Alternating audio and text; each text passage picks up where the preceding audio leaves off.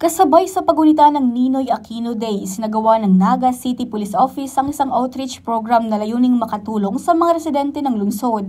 Kasabay ng pagpapaalala sa kahalagahan ng bayanihan at serbisyo publiko. Mahigit 70 benepisyaryo ang nakatanggap ng food packs mula sa kapulisan sa isang araw na Ninoy Aquino Day, isang inisyatibang bahagi ng regular na community outreach program ng Naga City Police. Kabilang sa mga nahandugan ng tulong sina Kuya Romel at Nanay Rosa, mga tagapagpanatili ng kalinisan sa Plaza Rizal at matagal ng residente ng lungsod. Ayon sa kanila, malaking tulong ito sa kanila lalo na't may mga araw na kapos sila sa panggastos. Kahit papaano may makakain na umuna sila sa mga susunod na araw. Kami ma'am nagpapasalamat kami dahil dakula na suporta na ini sa moyang mga parpasigid. Makakakan mi na ini sa pirang siguro sa moya taduan man lang kami magagom sa lawkang harong. Siguro mga 2 days naman ini sa mundua. Inot na inot po nagpapasalamat ako sa mga kapulisan. Dakulaan pong tabang ni para sa muya.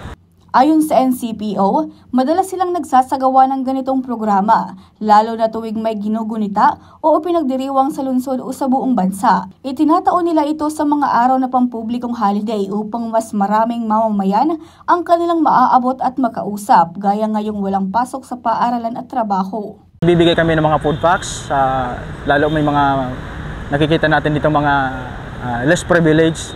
So yun ang ating priority na mabigyan sila. Kumbaga sa pansamantala ay maibigay tayo, may maihatid tayong tulong para sa kanila. Bukod sa pamamahagi ng food packs, layunin din ng programang ito na pagtibayin ng ugnayan sa pagitan ng kapulisan at mamamayan para sa mas matiwasay, ligtas at mapayapang pagunita ng Ninoy Aquino Day.